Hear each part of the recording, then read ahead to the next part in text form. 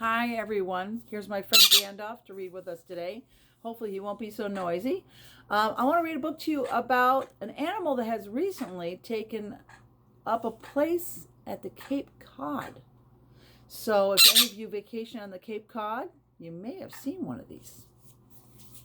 This is called Swimming with Sharks.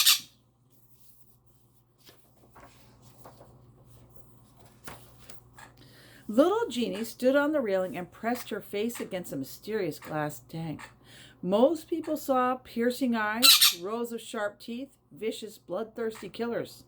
Not Eugenie Clark.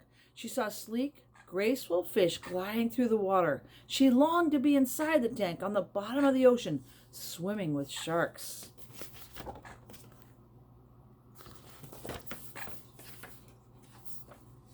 Every Saturday morning, Jeannie raced into the New York Aquarium and shared her passion with anyone who would listen. Jeannie loved learning about all kinds of fish, but there wasn't much information about sharks. She dreamed someday she'd discover their secrets too.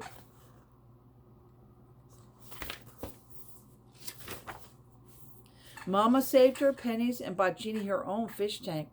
Soon their small apartment overflowed with fish and reptiles. Jeannie wondered, do fish get sick? Do they think? Do they sleep? She observed, she sketched, she took detailed notes.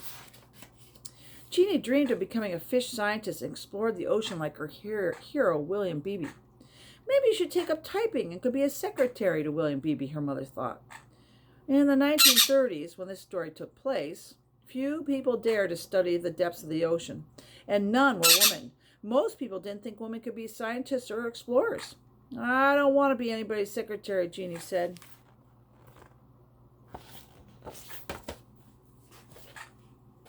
Jeannie took every science class she could find in college and got her master's degree in zoology.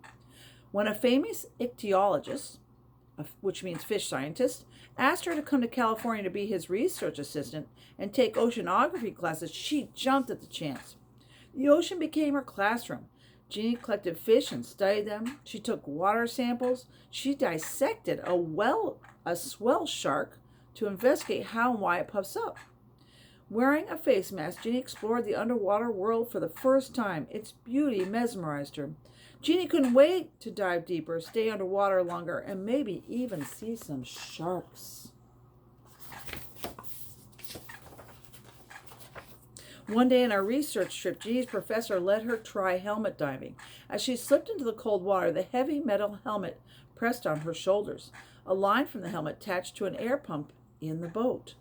Down, down the kelp welcomed her, waving back and forth with the underwater currents. Down, down, down. She marveled at the fish all around her.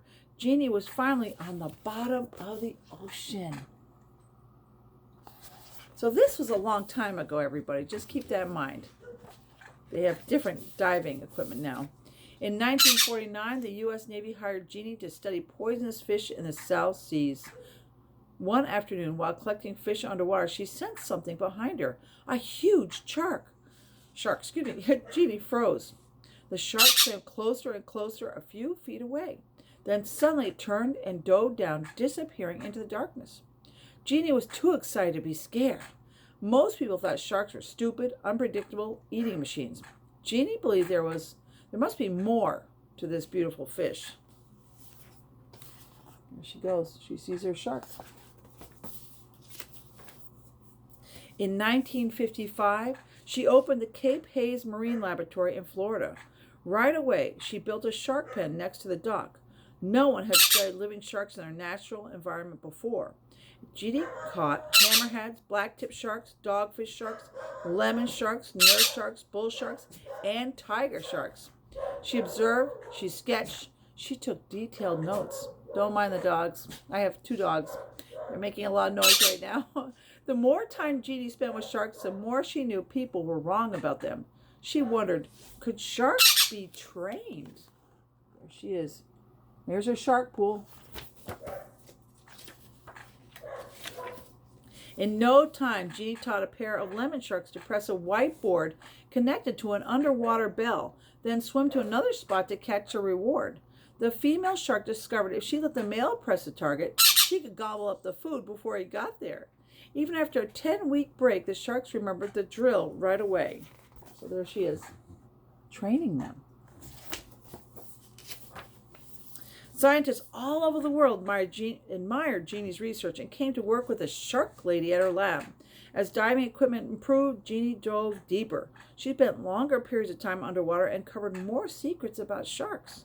Jeannie studied the mating frenzy of the gray reef shark. She researched an undersea hatchery for the Japanese swell shark. She swam with a dogfish shark as small as a pencil and a whale shark as big as a bus. Here's a whale shark, everybody. Can you see it? There you go. Jeannie knew the more she discovered about sharks, the less people would fear them. When she heard there might be sleeping sharks in Mexico, she went to investigate. Scientists thought sharks had to be swimming to keep oxygen flowing through their mouths and over their gills. She just wondered, why could a shark lie still? So down she swam into the shark cave. Suddenly she was face to face with a requiem shark, one of the world's most feared sharks. Was the shark really sleeping? Would it feel trapped in a cave and attack her? Jeannie stared at the shark's sharp, biting teeth and the 4 rows of extra teeth behind it.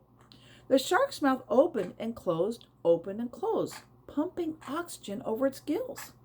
A remora fish cleaned the shark, nibbling on parasites and wiggling in and out of its gills. So look, she's discovering this shark is just lying still, being very calm. As Jeannie swam towards the shark, it followed her with its eyes. This shark was not sleeping, but it did not attack. She took water samples and tested rocks and water currents. She observed, she sketched, she took detailed notes. Jeannie discovered the water in the cave was less salty, loosening parasites on the shark and making cleaning easier for the remoras. These underwater caves were cleaning stations for sharks. So I want to make sure you can see the remoras. There, right there. So these guys clean the sharks. The more Jeannie spent underwater, the fewer sharks she saw. People killed them out of fear. People killed them for their fins. People killed them thinking it would make beaches safer. Sharks had ruled the oceans for more than 400 million years, and now they are in serious danger. Jeannie's research proved that sharks were not voracious killers. She knew most sharks should be more afraid of us than we are of them. Jeannie spoke out to the world. Sharks are magnificent and misunderstood. When Jeannie talked, people listened. Dr. Eugenie Clark had become one of the most respected fish scientists in the world. There's more pictures of her. And after decades of research and discoveries, Jeannie knew there are lots of things, big things that we don't know about. There will always be more to learn. Always more surprises. She never stopped pressing her face against the glass and wondering. I don't know if you can see this, but she's in a submersible, which is a small little submarines that go underwater that can only hold one person. So off the Cape, there's a place called Woods Hole Oceanographic Institute, and it's on the Cape, and they have one of these small submersibles that you can go in. Anyways, take care, everybody. And I hope you have a great week.